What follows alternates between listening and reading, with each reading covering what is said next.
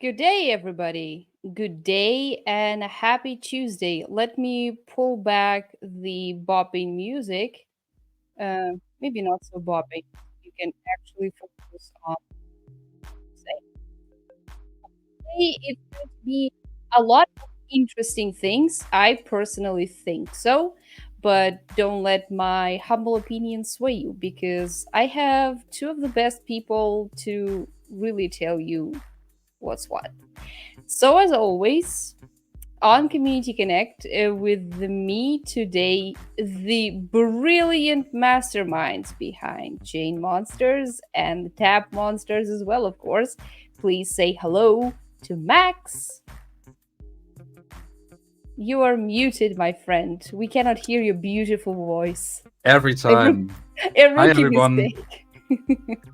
It's good to hear. And rocking an absolutely amazing hairstyle today with us, Lysander. Hey guys, Also, how's it going? See, this does not even belong here. This is, but the background just clips it off. Well, I do still think that it looks absolutely fantabulous, as does the background, of course. We are here 4 weeks later after a lot of big announcements, and we do have a lot of, well, I would say sizable topics to discuss today, right? But again, not going to rush along. Max, Lysander, my first question to you would be, how are you guys feeling about the progress on the main game, on the spin-off? Basically, how do you feel where things are moving? Is that at least a little bit closer to the vision that you both had for either of the projects? Please do share with us.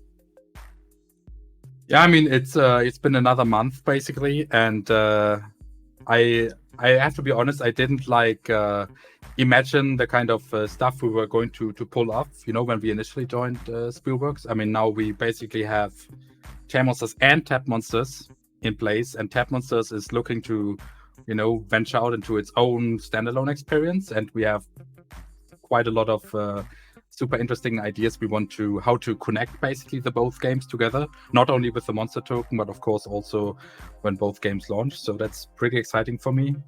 And yeah, I mean, in general, there have been quite a bit of developments, and I think we're going to talk about them in this stream, of course. And I know that, I guess the community is a little bit, they're like both excited about Chainmonsters, but also about Tapmonsters. So we are trying to fill the gap in both of them now. So yeah, that's my state. Lysander, what's your take? I'm honestly really happy with how things are going so far because, especially with Tapmonsters, we've been we've been working on that a lot recently, and we're now coming to the point where we get to implement new features that really tie into some of the very old Chainmonsters mechanics. It's so much fun, and we can even, because we already have the pixel art monsters that people have been loving in the past, and we've heard voices in the past who said, "Oh, we want the old pixel art style back." Here you go. Yeah, I mean, there's gonna be more of that, and you're gonna love it. And it really ties into the history of Chainmonsters, I think. And I would also like to use some of the midpoint artwork that we had, so that you have like the full transition from back then to now, and then to the new product, which is the new Chainmonsters. Which is, of course, because it's a big project, it's taking time, but we're trying to bridge that time with giving people something to do and something to look forward to. And it's a bit easier to push out features for a game like Tapmonsters, of course, than to develop features for a huge game like Chainmonsters. So to keep people excited, and to actually show that we value the people who have been following us for forever. We try to really bring something out that is fun to play and is engaging, and still has the feeling of Chainmonsters. So I'm really happy with how we are doing so far, and looking forward to what's going to come. New features in the pipeline. Well, they have. I think it's to dive a little deeper into those features in the pipeline, because we have set the stage, right? Tapmonsters have, maybe I'm using the term very liberally here, but Tapmonsters has gone multiplayer, sort of, so to speak, right? And this creates a great opportunity for introduction of those mechanics that you mentioned, Lysander, from the original Chainmonsters game. So I would like to hear both of your perspectives on what, for instance, we're supposed to be bringing in with the battles, maybe as just a core activity, but also how would that translate into giving the OGs, the legacy community, the players, something to be very, very excited about.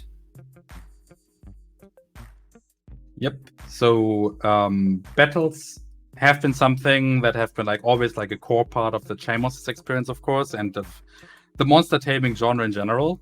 So one thing that's and battles have been teased pretty much from day one in the Telegram application Tapmonsters. Basically, we have the preview stuff where you can see that battles are going to come to your collection. We never just spoke about how exactly and to what extent. And this is something that I guess now and today, we are ready to share. So what you're going to do, you have now tapped furiously for the last couple of weeks. You have gathered Chainmons in your collection. You have already leveled them up. You got also some of the Chroma variants, maybe not all of them yet, but soon you might have all of them. And now you're asking yourself, well, what are you going to do with your collection? All the hard work and all the tabs you put into the game. So, well, anyone who has played the original Chainmonsters game that came out a long time ago, which was a 2D version of what the early access version last year used to be, basically. So a monster tamer with monster battles. Well, we actually realized that now that we have all that in Tapmonsters now, we can basically add a very similar battle feature to what it used to be in Chainmonsters. So what we're basically doing is you will be able to take any of your Chainmon in your collection. You will be able to select one of them. So each species is basically counts as one. So for example, you take your Parago to battle, you take even your Ethereum to battle if you have that one.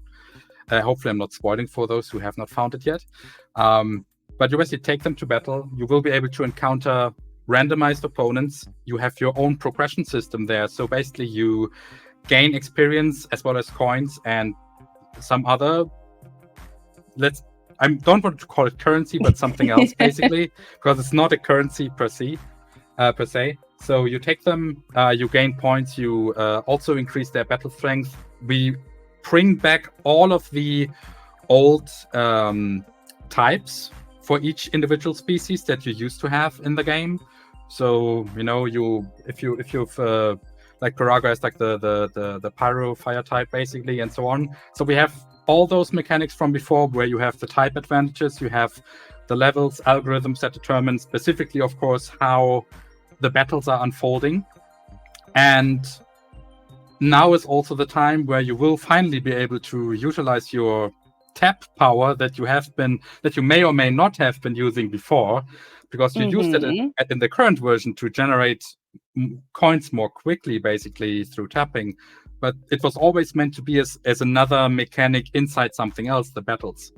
So we're not ready to share visual concepts or more in-depth yet, but the general idea is that battles are coming. They will have their own leaderboards. You will be able to compete on the leaderboards in a competitive way, where it doesn't matter if you have 100 friends that you can invite, for example. So this is like really something that you will and can play on a daily basis as long as you like, basically. And yeah, I think I've probably forgotten a couple of things, but this is pretty much what I want to share at this point. So all right. No, that's very exciting, because I've also seen some of the visual concepts for that, and that's what I also wanted to ask Lysander, because initially those battle screens, let's put it this way, right, those were intended for an entirely different format and whatnot. How, if you can tell us anything, how did you and of course the designer team went about adjusting to the format while still making it an intense and challenging experience that it's meant to be?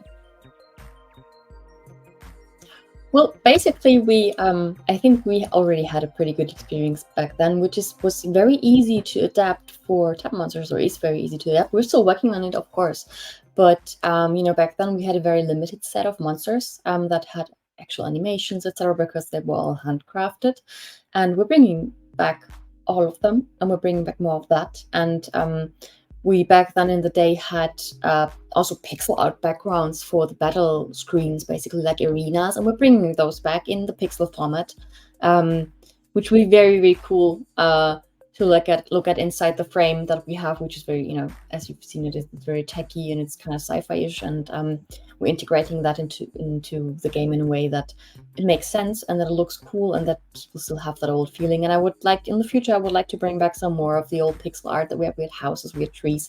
It'd be really cool if people could venture into some of the areas that they know from the first iteration of the game or the second one. But yeah, for the battles, basically, we are working on a very dynamic battle system where we can implement more animations, have some visual feedback on what you're doing rather than just, tapping on a button. And people will, I hope people will enjoy that a lot. I hope so too. I personally would. I mean, it's a bit of a shameful confession right now, but the original Pokemon, generally the monster tamer genre, that's kind of flew past me all these years, right? So I am looking forward to, maybe discovering something that I am going to love and treasure dearly with Tapmonsters and then Chainmonsters, of course. But I do have a question. Well, it's more like the chat has a question, because we have always been adamant on battles also playing the role in rewarding people in the end. So what do you get for getting on the leaderboard for battles? Yeah, so similar to the existing leaderboard at the moment and the others that are going to come, they all will play a vital role in the monster token distribution and in the play drop, basically. And so that's, of course, the overarching goal. But of course, in like any kind of sense, you all battle for glory, basically, to say, well, I'm on number one. But no, in fact, it's just another way to play together. And this is also where clans are going to come into play, where they are going to also have a competitive aspect to it. basically. So all of that is just adding towards the experience, towards your progression. And besides coins, there's something else that you're going to receive as well, in general, for completing the battles, basically. Well, there you go. Sensei Balrog, I see that you have already received an answer in terms of a beatbox. I hope that everything that Max said was maybe more satisfying to you than that, or at least a nice surplus on this. But okay, long story short, Tapmonsters is bringing a lot of the original material back, but also, bringing it to a larger audience right now, because how many people played the game while it was still pixel art? Oh, that's a good question. I think it was like only a couple thousand, like after Kickstarter and stuff, and then for I think it was like maybe 10,000 players, which was a lot back then in like Yes. a much smaller crypto scene. But of course, it's a. But yeah, I mean, this of course doesn't come close to anything where we have been with the 3D version of Chainmonsters, the new version of Chainmonsters, and anything with Tapmonsters now. So yeah, it's quite a difference. Oh, there we go. So maybe thanks to that, we will have a lot more people asking us to bring back the pixel art if they really love it. I don't see any reason for them not to, but let's see how exactly our N-Corp employees are going to fare in the arenas once time goes for those.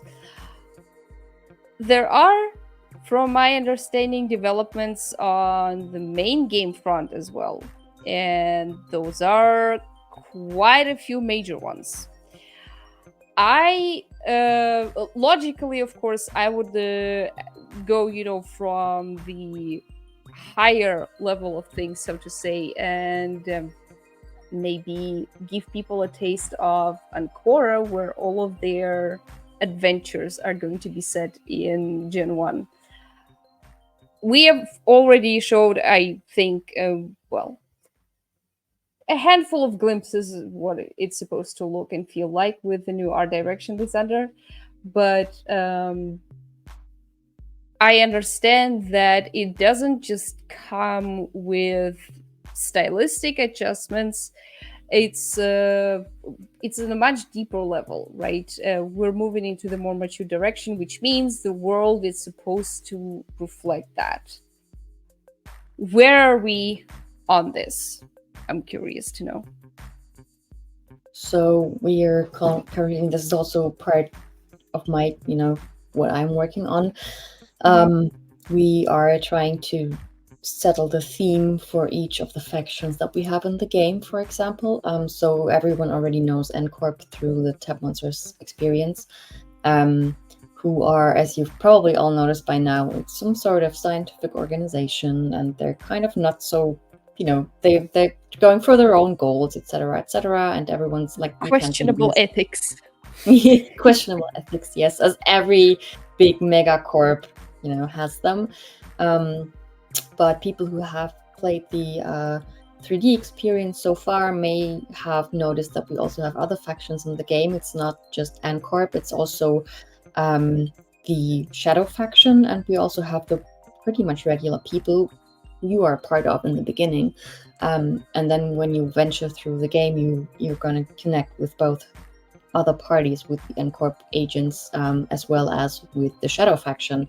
And we're currently working out the deeper story for the Shadow faction, which we have an overarching story, but the story so far has been, okay, there's some sort of third party, and they're against N-Corp, and that's it. And I'm trying to give them some depth to it, because I think we're in a time where every group of people kind of lives for their own goals, and nobody's really the good guy, nobody's really the bad guy, because everyone's mostly interested in what their own bubble is doing. So there are a lot of things where people clash, and nobody's really right, and nobody's everyone's kind of Yeah. wrong. 100%. So Yeah. this is what people are going to experience in Chainmonsters. You have to see which faction you prefer, basically. Whether or not the player can choose actually who to work with, we don't know yet. Honestly, we don't know yet. We will see. But no faction is essentially good or bad, and every faction has its own reason to exist, and every faction has its own benefits and letdowns for the player, basically, in the experience they're going to have. So this is going to be very interesting, I think, for the players. And currently I'm working out the simple things like shape design, color themes for each of the factions. Yeah, so if you guys want to see some sketches, I can, if you guys have like 2 minutes for me, Yes. screen sharing thing. Give me a Yes. second, because I have tons of character sketches. Not all of them are going to be in the game. These are very early sketches. These are basically concept art. But if you want to take a look, Absolutely, would love to. share a screen.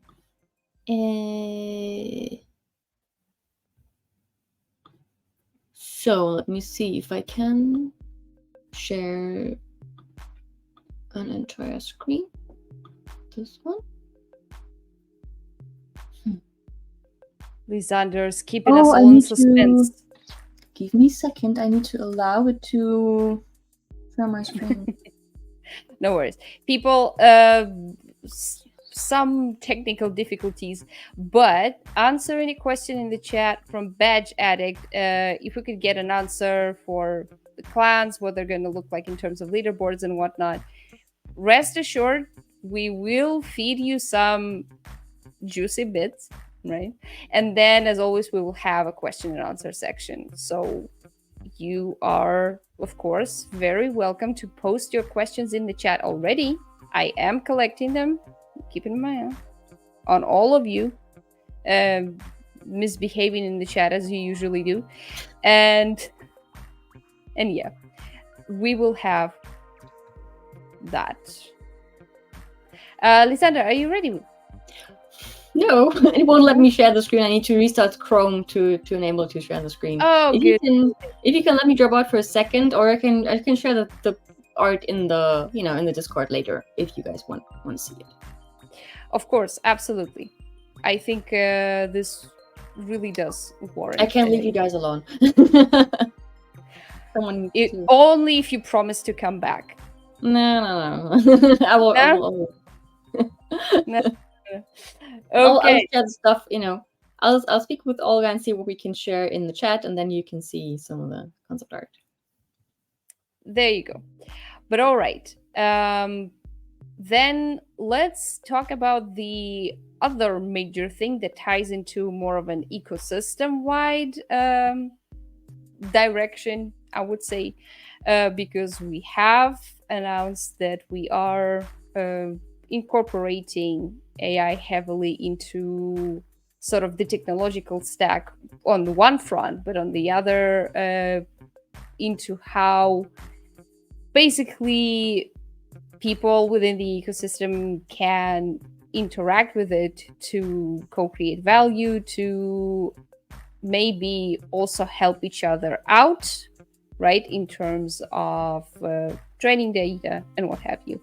And Chainmonsters, I am assuming straight from the get-go, is going to basically flagship this effort as a use case. So where are we on that front? Because we are not going down the content flywheel. From what I understand, there is something a lot more interesting than this. And I am very, very curious to hear more about that, as I am sure everybody else is in the chat. Yep. So AI is, of course, a hot topic, and honestly, all the developments we have seen across the whole industry over the past couple of years, they were all going into one direction, then another. They were switching, but ultimately, it's up to us, the creatives, the ones building those games and experiences, to decide how to utilize that technology. And in general, unfortunately, not most, but some projects, as we have seen, the art space, for example, used AI or the power of UI and potential for AI for bad stuff. But what we figured out is basically that AI is going to be an super interesting tool as a game mechanic itself. So what we are going to do as a top priority is going to be, well, remember when you were actually playing your first monster tamer? Maybe it was Pokemon, maybe it was Digimon, maybe it was something else on that front. You were basically like a person, like a trainer that is like capturing those creatures and then training them to improve their battle stats, their performance, anything, right? And you were able to even customize them to some extent, but very limited to wanna be your the liking. very best. Yeah, exactly. But this was, of course, like in a very the concept is, of course, very, very basic, and that's what most games across the whole entire monster taming genre have been doing, of course. So we actually felt, well, maybe it is actually now time to go back to the actual basics of, well, what does it actually mean to be like a trainer or someone who has who wields the power of basically influencing the actual, like, the creatures and all their stats. So what we are going to do, and of course it's going to be more on a high level what I'm going to explain now, but again, we have the white paper. Parts of it are going to be released over time now. So, and it's a really hot and personally super interesting topic, so please bear with me a little bit. But what you're going to do, maybe I should have started the other way around. But again, what you're going to do is you have the creatures, you have your unique creatures that you capture, that you put into squads, that you battle with and expand, whatever, right? But all of them have a unique brain, so to speak, a unique data model that they use as a basis for their behavior. So when you see them in the world roaming around, maybe they're even hiding from you, right? All of these mechanics, all of these kind of like behaviors, they are actually coming directly from a trained AI model. But I mentioned they are unique. So basically, depending on where you are in the game world and how far you are already with your own personal progression, your tools and everything, of course, their unique brains, their unique models are going to be very different from each other. So you might end up, running into like a horde of Piragos maybe, and maybe they're escaping, but some of them are not that good at escaping because they lack that, let's call it, ability or skill set a little bit, so they can't outrun you, for example, right? And what you would in traditional games display as like just a boring stat, like, hey, yeah, this Chainmon has like 5 stamina or whatever. Mm-hmm. No, we actually want to go into detail. We want to say, well, no, this is not going to be like this. They have their own personality pretty much powered.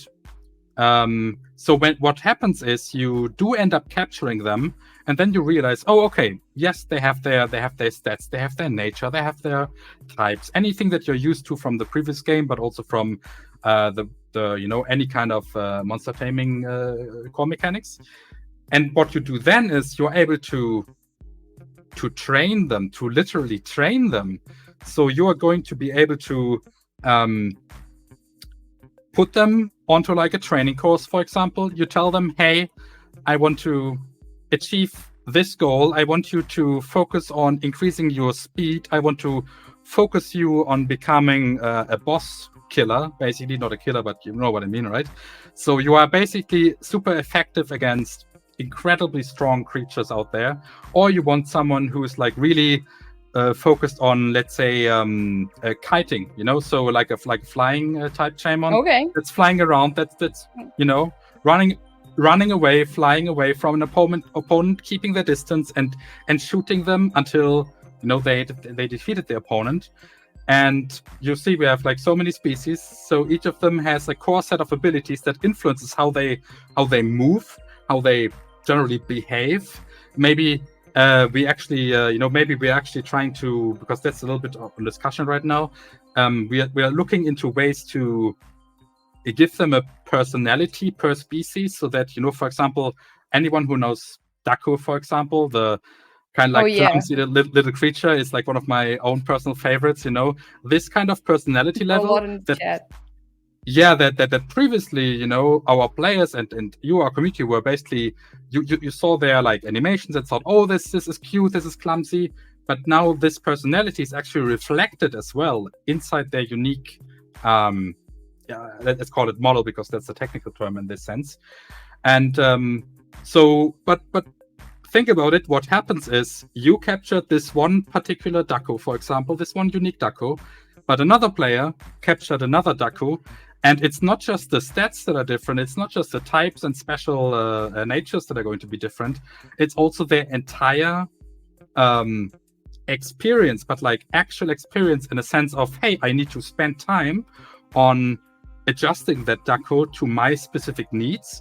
Maybe I have someone on the marketplace, for example, as NFT, that I know is looking for a Daco that has those special stats, those combinations of all the values basically together. But they also require a Daco that is especially good at crafting, for example, right? So these are all the combinations, and you will be able to use. It sounds weird when I say the power of AI, but in order to keep it simple, that's how I have to phrase it. Yeah. You have to use our interpretation of what it means to utilize AI to its fullest potential, basically, to train them and adjust them, and then see where it goes. And I can't talk about AI in Chainmonsters without also going into a little bit of detail of something else that I'm not actually sure if we did share that one before yet, because it's about combat again. And we just talked about the combat in Tapmonsters, which is going to be like a more classical 2D Chainmonsters Pokemon style battle system. But now the reason why we are pushing so hard for this kind of like AI and unique and customizable system is because the battles in the next version of Chainmonsters, let's put it this way, ultimate version of Chainmonsters, will be in real time. So what that means is you as a player either can take full control of your Chainmons in your squad. You can use them, you can control them yourself, you can walk around, you can do abilities, you can evade attacks, whatever, right? You can do all of that by yourself, and you will probably have to do it for a start. But the more you actually spend on training each individual Chainmon's AI and model, you're going to enable them to battle autonomously. So you will end up having. Wow. Yeah, sorry, I'm just talking, right? No, it's okay. I'm also like, all right, we are moving around. We are effectively in encounters in real time, without the typical breather that turns give you, right? You have to be very quick on your feet, and then the Chainmons are in a similar position as well, and it all depends on basically the very granular things about how you train them, the time spent, what exactly you do with them. I'm sorry, I understand that this is a lot to unpack, but I'm excited to hear more nonetheless. And I'm sure we're going to to talk about this probably in the next few community connects as well when we go into more detail. But just as a one last note on the high level, so you assemble a squad as always, as you're used to already, potentially, if you played it before. Yep. So you have like 4 Chainmons in your squad, each one with potentially different types. Maybe you want to specialize your squad into like, this one is for farming, this one is for crafting, the other one is for a more generalistic, battle situation, who knows. So you enter a battle, you either do the battle yourselves by switching between your active squad, but at any point inside the battle, but also inside the game world, you can say, hold on, now I actually want my squad to take control. So the one that is currently active in battling, like Pyrago, for example, will now act on their own based on all the things that you have trained them to do. Of course, every Chainmon, every creature has a specific ability set and everything. We talked about it briefly. But your own training goals, like, for example, again, maybe you realized, well, your duck was a little bit clumsy and it's not very good at dealing damage, but it can take a couple of hits, right? And whatever. So you can use it to gain like a breathing room for someone else to recharge their ability or something. So it's all going to be extremely dynamic. And it's supposed to really showcase what you can do with combining a more like a traditional, like a more classical style monster taming game with all the opportunities that now AI and blockchain together bring to the table. Because as I said, the NFT, the Chainmons itself are unique. If you end up minting them as an NFT, they take their trained brain with them, that trained model with them. So each NFT has like another unique and exciting layer that makes them so much different from anyone else. Like we always talk about internally the concept of saying, well, you have like an expert Chainmonsters player around who's like really into all the nitty-gritty details, who understands all the tricks to make something into like an extremely strong beast, right? They will be able to mint it, put it in the marketplace. Then anyone else can benefit from that, right? They don't have to put in the effort, the time, anything required for that. And there are many more mechanics, of course, involved in the actual trading and the minting itself. So yeah, it's a lot, and it's just a very high level. But I'm super excited about this particular Understandably so. Yeah, I am as well. God damn, people are already bringing up Final Fantasy 12, where you had to make a long string of commands to make AI work, and apparently this is not what we're. It's not gonna. That's not how it's gonna work. It's so much fun actually to, we've set up some test scenarios for monsters to learn basically on an obstacle course, and they learn on their own. And you drop the monster in and you see how it, in the beginning struggles to find the way and, avoid obstacles and things like that. And it learns. And after certain iterations, it just finds its way and knows where to go and knows what to avoid and what not to do and what to do. And it's so much fun to see these very basic versions of monsters in an obstacle course, learn what they have to do, what's bad, what's good, what works best. Do they have to evade? Do they have to attack? Or do they need to be quick? Do they need to be? Do they need to fly? Do they need to jump? This is so much fun to watch, honestly, and I think the players will love that because the Chainmonsters will literally learn from every move that they make in the game. That actually does sound. I'm sorry, my brain immediately goes to. How do I explain that? That some of the zoos sometimes have those 24/7 live stream cams. Oh, yeah. They start out as a little baby animal, Exactly. and then they learn how to walk and to open their eyes. But it just happens very, very quickly because just, they don't have to actually develop into a grown-up being. Yeah, no, for real. But still, that was also my analogy as well, that it's like this little digital cyber baby just going about its way in the training course. And that's absolutely adorable. I wish I could see something like that, but I guess we will all see that. Yeah, maybe in the next in the next month we can show everyone some of the training courses or something, because it's really, and you're just like, come on, you can do it, and then oh no. And then next time it happens and it works and it's just like, yay, and it's so much fun. Yeah, sorry. Yeah. No, I was just gonna say, I bet I would.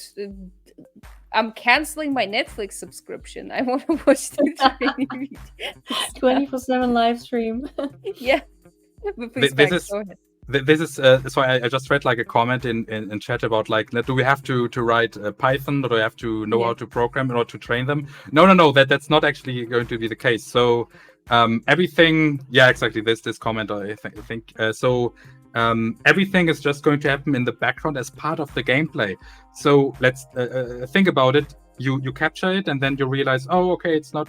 No, it's level 5. It's not no high level yet, or whatever. It's the same way you would basically increase their experience and their abilities and so on. You would basically train them naturally just by controlling them. So when you actively participate in a battle, so when you're like moving around the arenas, when you move around the open world, whatever, right?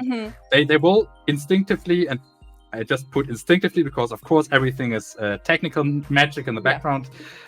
They will learn and build up their own strategies, their own personality, but really with like your own personal twist, So let's put it this way, because I saw another question that I just want to point to as well.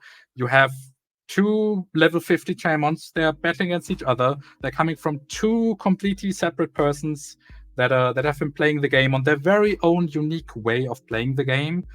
They're going to clash. Maybe on the stat side they're actually the same, but they will actually behave very differently from each other. And the cool thing is, the more you have trained them, training is always going to be you will have, like, of course, real Chainmons that you can battle with. You also will have like virtual training grounds where you will end up creating unique scenarios for your own style. So you can like design an arena where okay, you they're actually customizable. Okay, that is insane. Because then you like create like a virtual training ground. You place obstacles, for example. You place specific types of Chainmons. You let them battle against each other. You will be able to reinforce them by feeding them some candy, for example, for good behavior or intended behavior, right? So we also another question I saw in the chat. So you have these treat situation as if you were training a dog, basically, or any other like actual pet. So we are trying to connect all those dots together. And this is basically the GIF from one of the TV series where like there's like a huge chartboard and everything is connected. But this is exactly how we have been designing the feature, of course, because there's just so much possibility in that mechanic. And I personally haven't seen anything like that in like any other monster taming game before, let alone anything else. So this is like really going to be our core identity, our new feature that's going to say, well, this is the reason why Chainmonsters is so cool and so different. Because yes, NFTs are also cool, blockchain is cool, but this is like what makes the game unique, and that we honestly have been missing in previous iterations of the game in the past few years, this identity point of view. So this is awesome. Yes, I mean, if there's any word that summarizes it, it really is that. People are already excited about the battles. Somebody are already making claims to the world domination, which, I mean, to each his own. Reasonable, especially if you're siding with the N Corp. very on point role playing here, I would say. Before we venture into the questions, because I really want to cover those, there were some really, really solid ones. I would just like to ask Lysander, what, for you personally, does that present more challenges or opportunities, and which kind, creating a world around the system that is so dynamic and feels like, this is actually almost custom tailored to every player? Well, so far on my end, because it's the creative part, it's all opportunity, and I have not reached the point of limitations yet. But that's gonna come. That's definitely gonna come. That's bold. So of course we want to make every monster as unique as possible, while there are of course limitations as to every deco, for example, needs to have the same animations, because making custom animations for each deco that has some sort of learn some behaviors is simply impossible to do at this point in time. In the future, in 10 years, we might, or in 5 years, we might be in a place where we can AI generate animations based on a personality that the monster has acquired inside a game, but we are not there yet. It's simply at this point technically not possible. So we are, of course, still trying to give everyone a unique experience. So we are also putting back some focus on skins and on special, designs you can acquire for your monster. However, they will, of course, be limited to color and to some basic things that we can easily skin. But with the monster designs that we are currently looking for, I think people will be very happy with the diversity of the monsters that we have in the game, or that we will have in the game. We're moving away a little bit from the cutesy monsters that we have so far. We're keeping some, of course, and we're keeping all the old buddies that everyone knows. They might get a slight overhaul, but we're still keeping up all the loved ones, of course. But I want to bring everything, and I've mentioned that a couple of times, into a more mature direction. And this also influences the way battles are done. And you can actually wound your monster, and it will show. So in the Pokemon universe, for example, they just have these little lines on their face when they're wounded. But we will actually they might lose, like if they have, like, for example, an electronical part, they might use that, or they might have a scratch, or they might lose a mask. Or we don't want to take this, of course, too far, because this is still going to be a game for everyone. We don't want it to be like 21 plus or 18 plus or anything. That's not the intention. But we're still trying to give people an experience that is where they actually can see their monster is wounded, their monster did not do very well, they need to take care of the monster. And so we're really trying to connect the people with the creature that they're actually raising and training. And that's super, super creative and super, super great to do, because you can actually, you can have your favorite, like in the old Pokemon games, your starter Pokemon. In the series, it was Pikachu that was the most loved Pokemon, and nobody wanted to ever evolve the Pikachu, because it was, then it wouldn't be Pikachu anymore, and Pikachu didn't want to evolve. So we want people to have a connection with maybe their favorite monster, and feel that it gets wounded, they actually will be sad.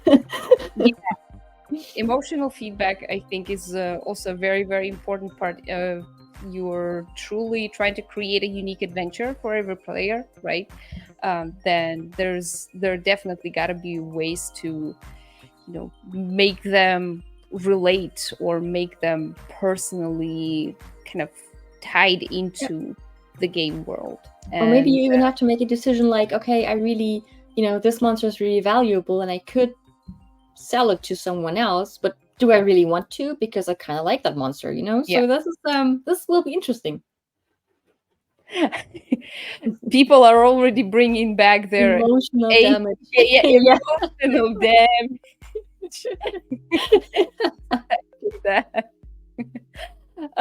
But okay, I propose we move then to the Q&A section. We have we have amassed quite a few of those, so let's go over those. All right, we have already answered quite a few. Thank you both, Max and Xander, for covering that part. But for example, let's go with that one from V the Outrageous. What about monsters that were not minted during the beta? For example, I bought a 10 bucks crystal pack, wherever available, to upgrade monsters that were almost the max available level, but I didn't mint all of them. Are we still going to keep those as, or just NFTs? Let me just look at because there's a pretty long comment, but it just disappeared again. Sorry. Basically, what about the monsters that weren't minted? Nice. Yeah. So in general, the question is a little bit confusing. Maybe I'm not understanding it correctly, but in general, what we had in the early access version, it was meant to be, was meant to be like a persistent thing. So anything that you have captured and minted there, was supposed to have an permanent effect, because early access was supposed to be the starting point. Yeah. As we said before, we are going to honor all the NFTs. It's just that some of the NFTs are going to be adjusted based on the slightly new direction. They're going to be adjusted, not removed, but they're going to adjust it in a way that's going to, in most cases, going to enhance the effect of the previous version. So it shouldn't be like a downside. We can't say at this point what's going to happen with those Chainmons specifically that have been captured but not minted while they were in the game yet. That's something I can't say yet. We are still looking into that situation basically. But in general, besides the NFTs, we're trying to honor everything as best as we can, of course, because that was our promise back then, and is still the promise of Spielworks today in this case. So yeah, we're going to share more info with that when we get closer to the game launch, basically. All right. Thank you so very much for your answer. But yeah, View Outrageous, since we are, making major moves in the game, there are still a few quirks that we got to figure out, because we're moving stacks a little bit, right? So there can be some of the edge cases where it will take us a little bit longer to figure out, but I'm confident that we have the possibilities to bring you your Chainmons into the game. Okay, thank you. Let's move on to the next question. I am going to assume that this is for Tapmonsters, but Randman7272, let me know if not. When you catch a Chainmon, what determines which one you're gonna get? Yeah, I guess that's one for Tapmonsters at the moment, but I can just respond with both. So in Tapmonsters, it's a little bit more simple, I would say, the mechanic of discovering or capturing, however you want to call it, the Chainmon species. Here it's like really about just a couple of random numbers, that are generated whenever you have reached the point where a new discovery is basically ready. And from a UI UX point of view, we'll always try to improve that, because what you see there is still like the initial version we launched with. There's going to be a whole lot of a different topic very soon to adjust and push out the UI. But it's pretty much random, and at this point, I think that's what we shared as well already, is that the only real difference is as soon as you have the rare species locator unlocked in the product screen, you will actually end up getting access to the chromas as well. So the chroma variants, and the chromas are generally more rare, but they also give you more earn power for the coins, basically, for every level you have them. So that's the main difference. So it's fairly simple. There's not too many rules to it at this point, to be honest. But again, we are just in, so we're still in season 1, even though let's not talk about seasons for now, but we are in the first season, the first iteration of the game, and there will be new iterations of the game, more upgrades, everything, of course, soon. So we have taken in all the feedback from the Discord. We receive it on a regular basis, even from the stream, for example. And we are hearing you. We're looking at ways to improve the overall gameplay and experience, and we have some good ideas how we can improve that.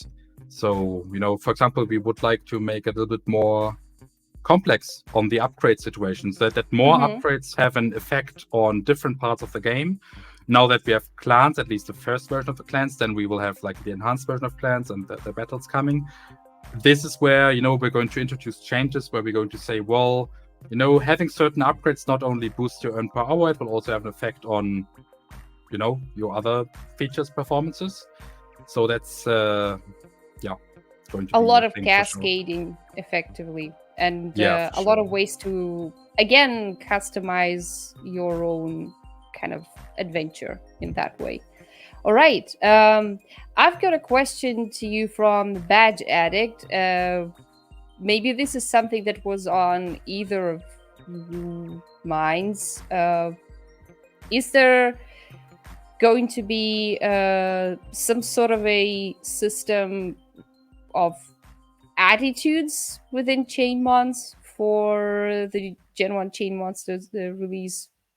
And is it something at all that you considered, having feedback from Chainmons themselves to the player as their trainer? So generally speaking, the idea of like an attitude of like a Chainmon, this is something that we are looking to have inside the concepts of natures. So if you've played Taptem or even like Palworld maybe, or like, I think even the old school Pokemon games had these kind of natures. They were usually just in the game to affect like some stats, but in here it's also playing a part on how your Chainmon behaves, their personality again.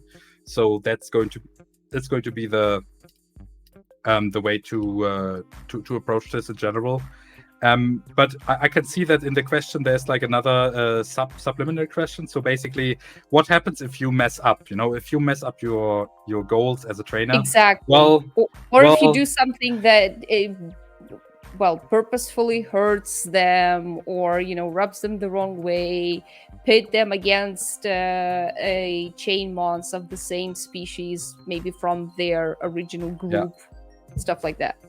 So because this is a game and not like reality. In reality, you might end up in a situation or a relationship where you think, oh, I can fix him, or I can fix this, but no, that you probably are not. You should not fix that. You should attempt that. You should just run. Not talking about personal experience for sure. It's it's something. Never mind. No, but in here, of course, if you do end up mistakes. So, for example, you have created a training course, and then you realize, oh, this actually affecting the behavior in a negative way, you will always be able to fix it. All it cost you was mostly time, basically, right?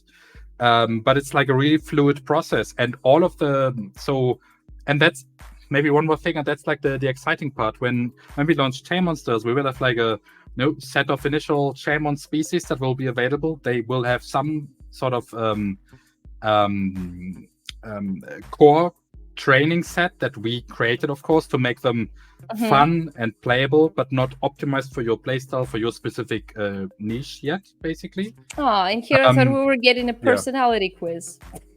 Well, that's would be kind of funny, to see when you apply for NCORP or something, and then you had to fill out like a form. That would be kind of hilarious. That would be really funny, yeah. So let me just, I just wanted to add that. So what we will not allow in the game is to have trainers actively mistreat their Chainmonsters. That's not going to be possible. So that's good. You will not mistreat them and then they run away because they dislike you. That's not going to happen. What might happen, though, is, for example, that you, because of your playstyle, you teach your Chainmon that it always has to run away from battle because you keep running away from battles. And it might learn that, and then it might be completely unable to, to go into a battle later on. You send them in battle and they always run away, and you taught them that. That might happen. Okay. Non-confrontational pacifist Chainmons. Let's go. Avoidance at all costs. But okay. That's... sorry. No, this is like a topic like this is like a topic we just can't stop talking about, basically, because it's like so exciting. So okay. And now I lost my thought. Damn. That's damn. Sorry. I got it again. So this is where the unpredictability comes into play. We make sure that all the Chainmons are trained. They have a basis. They will be able to fight. Mm-hmm. But then once we introduce like an entirely new species, like, of course we will have like flying creatures and so on. But like, what does like a Chainmon do that is only ground based, that encounters a flying opponent, basically, right? Or like a species it has never encountered before. It will try to apply any of their previous training or their personal experience to this encounter, but it might need adjustment, right? So whenever course. we have like major content updates coming with new species, whatever content islands, right? You will be able to, you will need to go back to the drawing board, evaluate the situation, and adjust your training potentially, right? And the example that Lysander gave in like a more pacifistic way of basically training, right? Someone who just doesn't want to do damage, they just want to run away, whatever, right? This could happen. If you want to do that, you can make it happen, right? It might not be the best strategy for long-term success, but you will be able to do that. Yeah. I saw one comment and I just can't help pulling up Courage, the Cowardly Chainmon. Another classic in the chat. Oh, I love these people. But okay, thank you so very much. I think this is definitely a separate topic of its own that we should touch upon in maybe one or two Community Connect episodes for sure, because I would like to take a deeper dive into that. But maybe just as a slight elaboration on the topic, VD Outrageous is following up with is there going to be some sort of a relation between the trainer and the Chainmon? For instance, you send your squad to mining and, like in Fallout, everyone disliked that. Or maybe... I didn't realize I was muted, actually. Well, yes, to some extent. So when you do the training, for example, you will be able to reinforce their behavior with treats, for example, as we discussed, which is further increasing the bond, the mental bond between your creatures on an individual level. And we are exploring that area. We didn't dug too deep into it, but that's something that we also realize is something that could play a really nice role in the overall lore and story of Ankara, right, of Chainmonsters. So we'll take that into consideration for sure. No, right. Thank you. I'm feeling like from this stream alone, Chainmonsters Gen 3 maybe can evolve into something else. People are already doing comparisons like reminds me of Horizon Zero Dawn. Effect means Pokemon or something like that. I don't know if either of you agrees with the statement, but maybe. Who knows? Another question. Are we still sticking to the a play to earn angle, or is it just purely a game that you play just for fun? Well, I mean, that's... So we now filled an entire hour pretty much talking about half of... Right. Not half, but anything about AI. And now this is of course, always going to be a valid question, because what we have done in the past, of course, we've been... it's always like a mix, of course, like a compromise between two things. But the better the free-to-play game experience, the better you are able to combine and connect all of those things with each other. Again, we will have the monster token, we will have NFTs, have a player-driven economy. There's been a lot of thought put into this one, but honestly, I think it's a little bit too much to fit into a small response now. So probably we should have an entirely different conversation about this. But it's going to be a free-to-play experience. You will be able to play for free without spending any money, basically. You're going to be able to play with your friends, play with clans and everything. So, and everything on top of that, the NFTs, maybe even an enhanced training, anything like that, the monster token. These are all concepts that we pull together, connected, and they are going to be the core part of the upcoming white paper with all the details that you can imagine. But one thing, if you do have more specific questions, again, we are listening to all the feedback. We are receiving comments on social media, but also on Discord on a regular basis.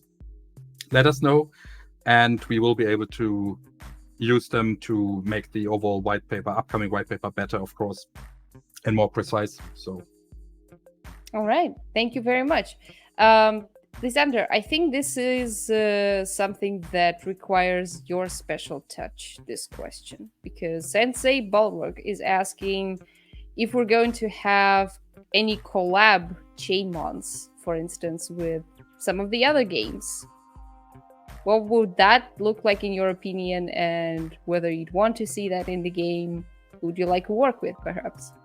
So we would definitely want to see that in the game. We have no plans for that yet, simply because before we have not finished, at least, our game mechanics and have implemented our monsters, there's no point in trying to figure out how we put someone else's monsters, for example, in our game. But we have that, we are looking into that because it would be a really great experience if people, could bring a creature from another game into our game, for example, and just have that walk around with them, or how we're not entirely sure yet how deeply we can actually connect those, because I know that everyone's dreaming of the metaverse, but in a game it's really, really difficult to actually do that, simply because there are so many things that need to be adjusted, that need to work inside your game, for an outside 3D model, for example, to be usable in your game.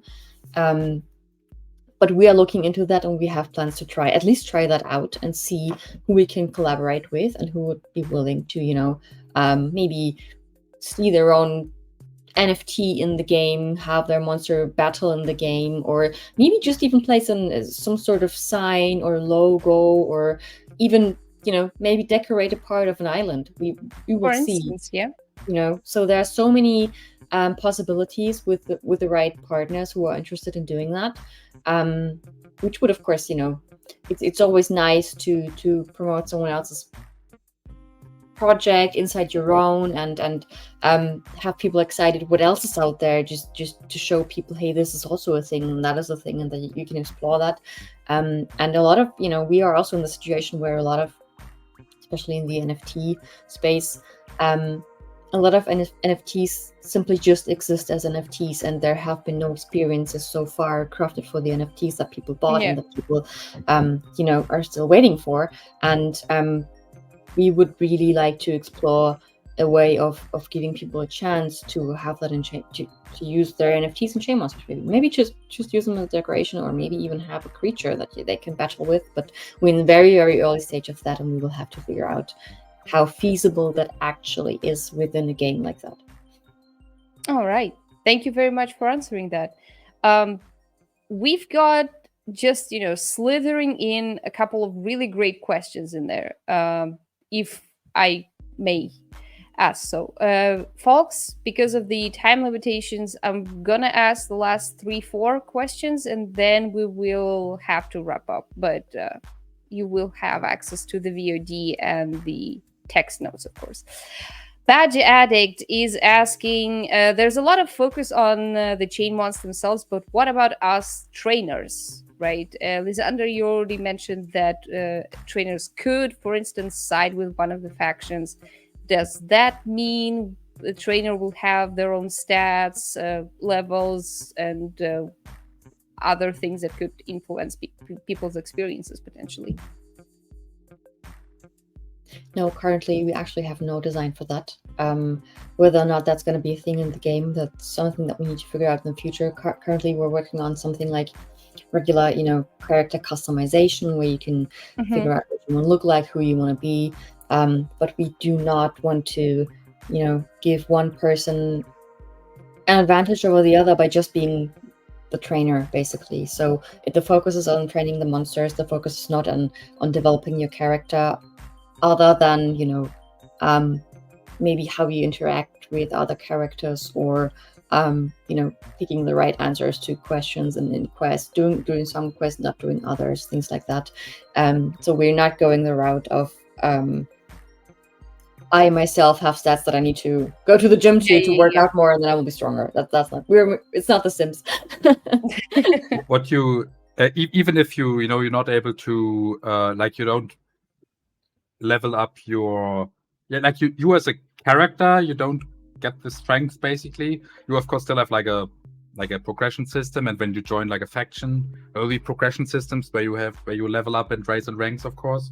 But your question, as Lysander said, is you're not increasing your own strength. It's mostly about your squad and how you strategically use your available resources, including your channels that you discover, the ones that you have and the ones you don't have yet, because that's going to influence some ways or the other as well. So yeah, the leveling for your own character, besides the adventure rank that we already have, is going to be in the form of those advanced features like the clans, the factions, and NCorp, for example. All right, thank you. There is another question, sort of slightly along those lines. We are jumping back into Tapmonsters with a question from Cody Gaines. Will clans be able to work together with other clans towards some sort of a common goal? Maybe some sort of an alliance structure? Everyone wants world domination here. Yeah, right? This has been an ongoing theme today. Yep. So there's going to be this is obviously going to take another full session eventually for us to talk about.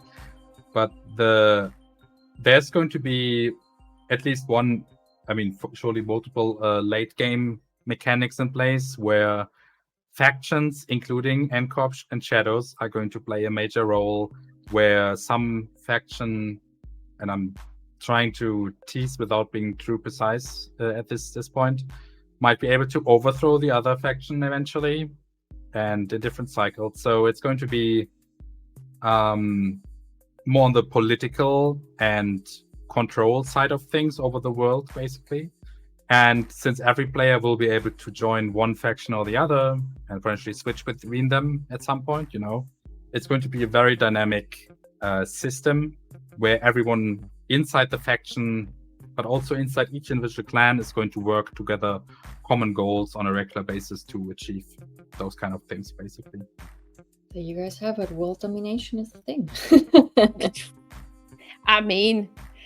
Everyone feels very strongly, I guess, looking at the chat about becoming the very best. So we're circling back to that theme again. But okay, then a question that a couple of people asked, but I will hand this to BS Knive. Yes, that game launch.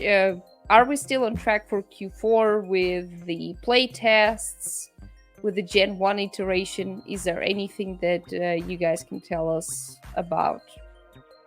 What does the progress look like? So at this point, I think it's a little bit hard to tell because, with all the last few months spent on basically really defining and preparing all those new features, we're trying to learn from our mistakes in the past where we might have launched features too early, may have launched games too early. So now it's really the time for us to be a little bit more considerate and more realistic. I think we have not said anything publicly on that yet, besides the initial Q4 assumption. So no. At this point, I would still keep it open, but it will depend on the next couple of weeks, pretty much, if we have to potentially move it or not, basically. All right. So there you have it. We will have a definite answer for you in the next couple of weeks because, as Max mentioned, we are switching gears on the battle system alone, which is now going to be real time. And we will update the combat piece accordingly, of course, so that all of you can read a bit more into, in detail what that entails specifically. But for the time being, the forecast remains the same. As always, you will have the weekly updates, right? And following upon that, we will have, of course, the next Community Connect episode, where we will also be, I would hope, be able to give you a more definite reflection on what the timeline looks like with a bit more progress on the game. But I do still want to show people those training videos, because that's just lovely. We need chapter weekly spoilers. Maybe so. But all right. Wrapping that up, we do want to make for Tapmonsters and Chainmonsters alike something that feels unique for every person. On the Chainmonsters front, this will go along the lines of the more overarching ecosystem move or shift into AI, and really utilizing the tech to basically make the game world feel more alive. On the Tapmonsters front, we want to create more interconnectivity between upgrades and everything basically that people can do in the game. And of course, that also includes the upcoming battles, which from what I can gauge, people are actually looking forward to seeing and engaging in, of course. Lysander, you and I need to decide on how we want to go about those art spoilers, or maybe a showcase, because I definitely do think that Ancora deserves her own spotlight in that. For the time being, I would like to thank you both for coming on and sharing those exciting news. I will be, of course, watching closely from the inside how it's all being developed, and together with the community, look forward to getting my hands on all of that. And I thank everyone on the chat, watching it on Twitch, asking questions, engaging every day with us on Discord. You guys are the living blood of this community, and without you, of course, a lot of the good ideas would not find place in Chainmonsters. The game itself would probably be a far cry from what we want it to be in the end. With that, I would like to wish everybody a great evening, morning, afternoon, wherever you are. And please mark the calendar, because in 4 weeks we will be back, hopefully with a lot more exciting news, with a lot more exciting demos. And as always, we are on Discord, we are on Telegram, we are everywhere. And in the meantime, you can all play Tapmonsters like crazy. Yes, in the meantime, you can make a dent in your phone screen. No playing advice, and definitely no liability on our part for this. Thanks a lot, everybody. See you anywhere and everywhere, and you can expect this lovely conversation to be available to you in the VOD and text format in the coming days. Take care, everybody. Thank you, everyone. Thank you. It's been a pleasure. Bye.